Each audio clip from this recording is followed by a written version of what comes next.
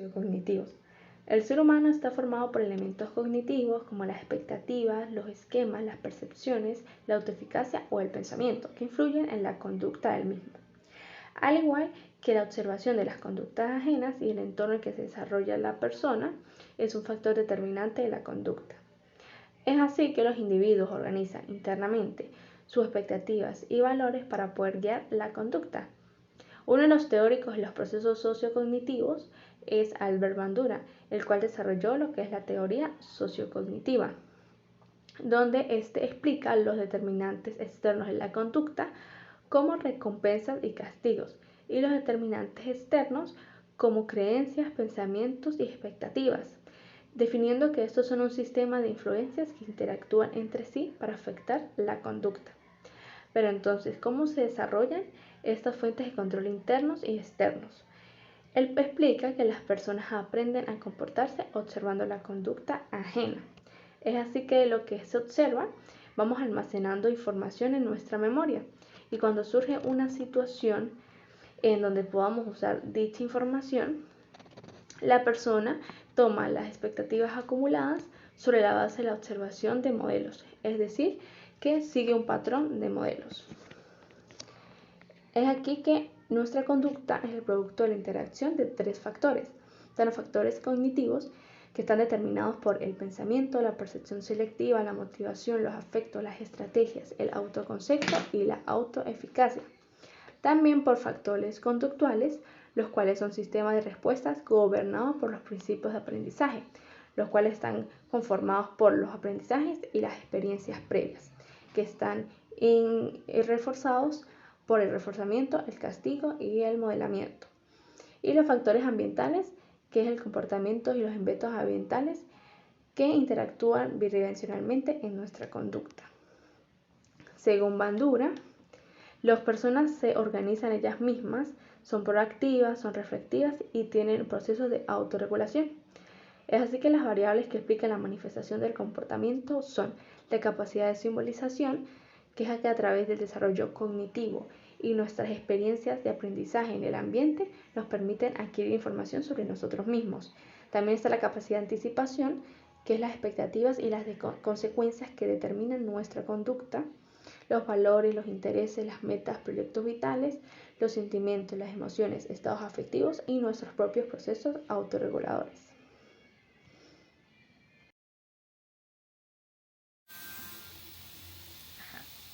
Buenas tardes, mi nombre es Jocelyn Carrero y les voy a hablar sobre los procesos adaptativos de la integración de la personalidad. Entonces, los procesos adaptativos de la integración de la personalidad se encuentran relacionados con la autorregulación. La autorregulación es un proceso que realizan los individuos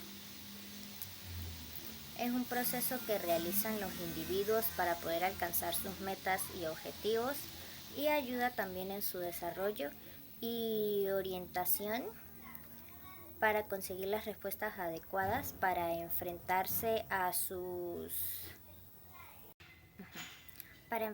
las situaciones y así lograr sus objetivos y metas planteados. Para esto, el individuo utiliza dos mecanismos como lo son la autoobservación y la autovaloración. La autoobservación es cuando el individuo focaliza a donde desea llegar, enfocándose en sí mismo. Mientras que la autovaloración es sería cuando el individuo compara su presente con el estado al que desea llegar, tomando en cuenta los factores que pueden afectar en su proceso. Entonces, por procesos adaptativos se refiere a aquellos acontecimientos y experiencias por los que pasa un individuo para poder lograr sus metas y objetivos. Este proceso puede verse influenciado por un factor como lo es el estrés. El estrés se refiere a un término que puede definirse como un malestar interno, como por ejemplo cuando alguien dice estoy estresado, y puede manifestarse mayormente cuando algún individuo se siente se siente sobrecargado por la presión que tiene de sus responsabilidades. Cada individuo maneja el estrés de forma diferente. Por ejemplo, hay algunos que lo manejan con las emociones, como el enfado, la tristeza o el miedo, mientras que hay otros que saben manejar mejor la situación y no les afecta tanto. Gracias.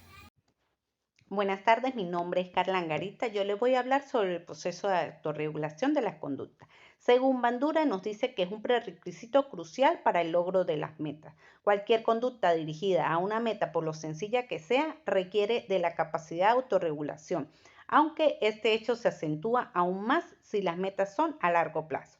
También podemos definirla como la capacidad de control y gestión tanto de los pensamientos, emociones, acciones como la motivación mediante una serie de estrategias personales que permiten la consecución de objetivos. La habilidad autorregulatoria permite el análisis del entorno, dar una respuesta y modular desde una reacción con el fin de promover una adaptación al medio. Esta capacidad tiene grandes implicaciones en cuanto al desarrollo personal, el ajuste social y el bienestar general de la persona. En los procesos de autorregulación son todos aquellos que se ponen en marcha cuando la persona compara su estado actual o real con el estado que ellos quieren alcanzar. Mientras que las estrategias de autorregulación son aquellas que se siguen para conseguir llegar al estado deseado. Entre las estrategias para mejorar la autorregulación de la conducta tenemos la autoconciencia. La autoconciencia es un elemento básico en el proceso de autorregulación. Es donde tenemos que tener un conocimiento sobre nuestra propia persona, las características, los puntos débiles y los puntos fuertes. Es importante el análisis de todas las esferas de nuestra vida en esta estrategia. En cuanto a la planificación es la elaboración de planes donde la estrategia es subdividir las metas en pequeños objetivos, ¿sí? La planificación es esencial tanto para el inicio como para el mantenimiento de la conducta. En cuanto al entrenamiento en solución de problemas, es la técnica de resolución de problemas que consiste en encontrar una solución de forma planificada.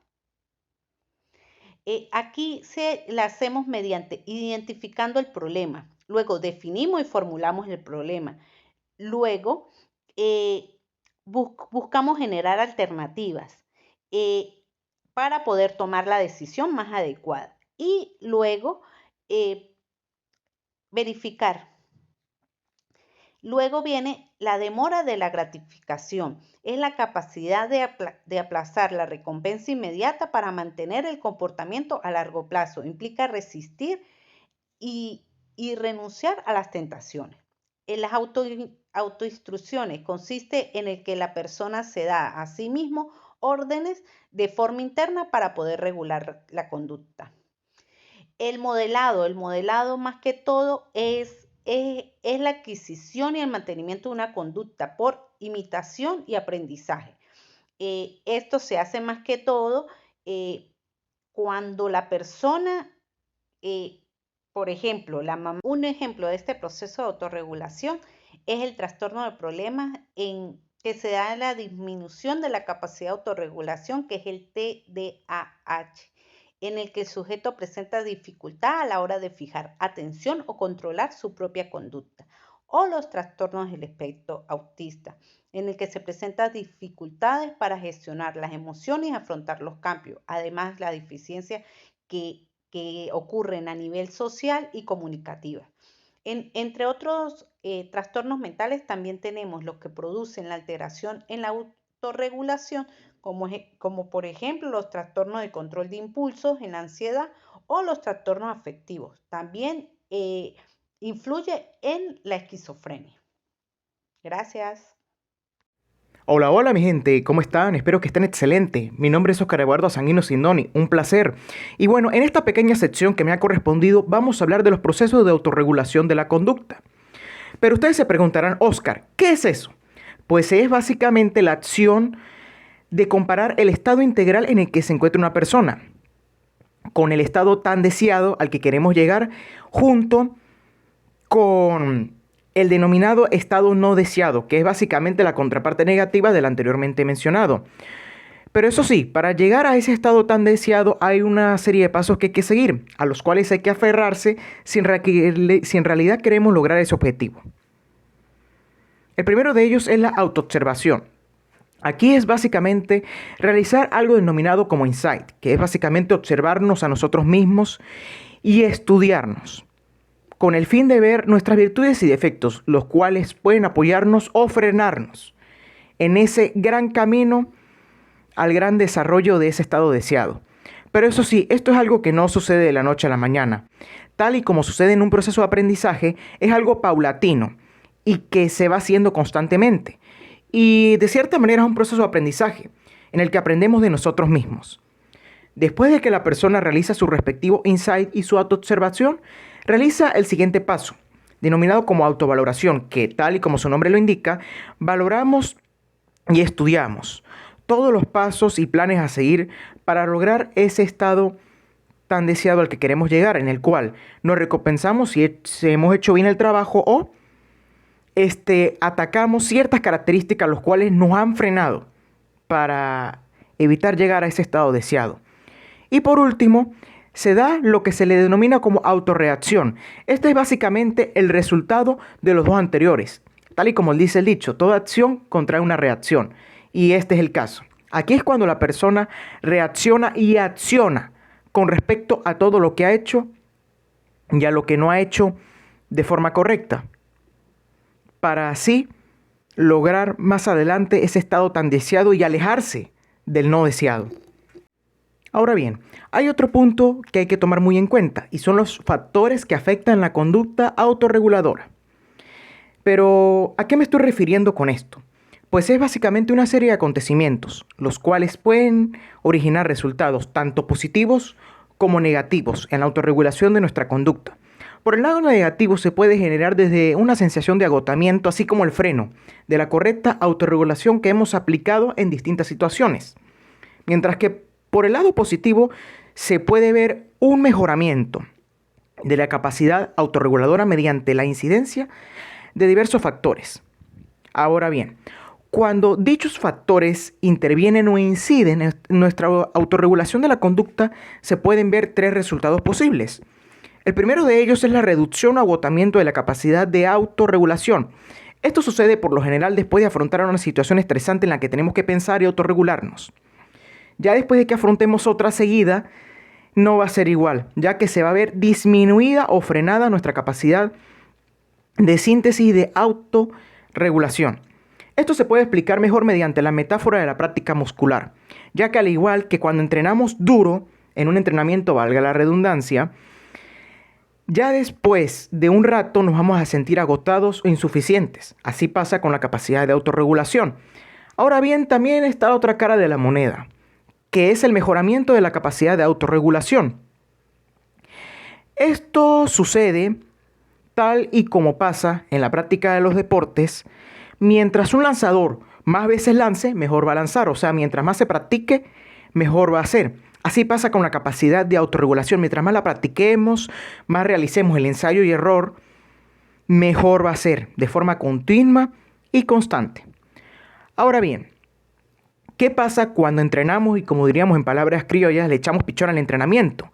Horas después, se va a dar algo increíble, y es la reposición de la capacidad de autorregulación. Así pasa con nuestra autorregulación y así pasa con los músculos, tal y como ya lo he dicho. Puesto que sucede algo excelente y es que nos solemos reponer después de una situación estresante, pero eso sí realizando diversas técnicas, empezando por el dormir bien, tomar ciertos reposos e inclusive muchos especialistas recomiendan el meditar, ¿por qué no? Pero principalmente el dormir bien, puesto que ya se ha comprobado que el no dormir bien y el insomnio pueden generar agotamiento, lo cual es contraproducente puesto que no nos permite pensar bien y mucho menos controlar nuestras emociones, ya que las malas emociones pueden ayudarnos a aflorar aún más. Y bueno, muchísimas gracias por su atención. Ha sido un placer presentarles hoy y los dejo con mi compañera. Adiós. La identidad personal está constituida por el conjunto de características propias de una persona que le permiten identificarse como un individuo diferente a los demás. Además, también hace referencia a la definición que uno tiene de sí mismo, en la cual se va construyendo en función a lo que cada persona percibe, sabe y es consciente de que es y la distingue del resto. Cabe destacar que su desarrollo comienza en la niñez, cuando el individuo es consciente de su propia existencia, continúa durante la adolescencia y se consolida básicamente en lo que es la adultez, donde el individuo es consciente de su lugar dentro de la sociedad. Cabe destacar también lo que sería que la identidad personal determina básicamente lo que es el temperamento, el carácter, también los intereses y las actitudes de la persona. Por ende, se dice que la misma moldea lo que es en primer lugar la conducta y configura la personalidad. Cabe destacar que la identidad personal se encuentra conformada por diferentes factores que influyen en ella, como tendríamos en primer lugar los factores sociales, en segundo lugar los factores físicos y por último los factores que se llevan a cabo por elección, donde en primer lugar los factores físicos hacen referencia primordialmente, como por ejemplo es la nacionalidad, el idioma y la cultura. En el caso de los factores físicos hacen referencia a los rasgos físicos que con lo que nacemos, aunque se pueden cambiar, igual nos definen. También a lo que será el modo de vestir, hablar y expresarnos. Y por último tendríamos básicamente lo que son los factores que se llevan a cabo por elección. En él tendríamos básicamente lo que serían las costumbres, también lo que son los gustos y por último los estudios.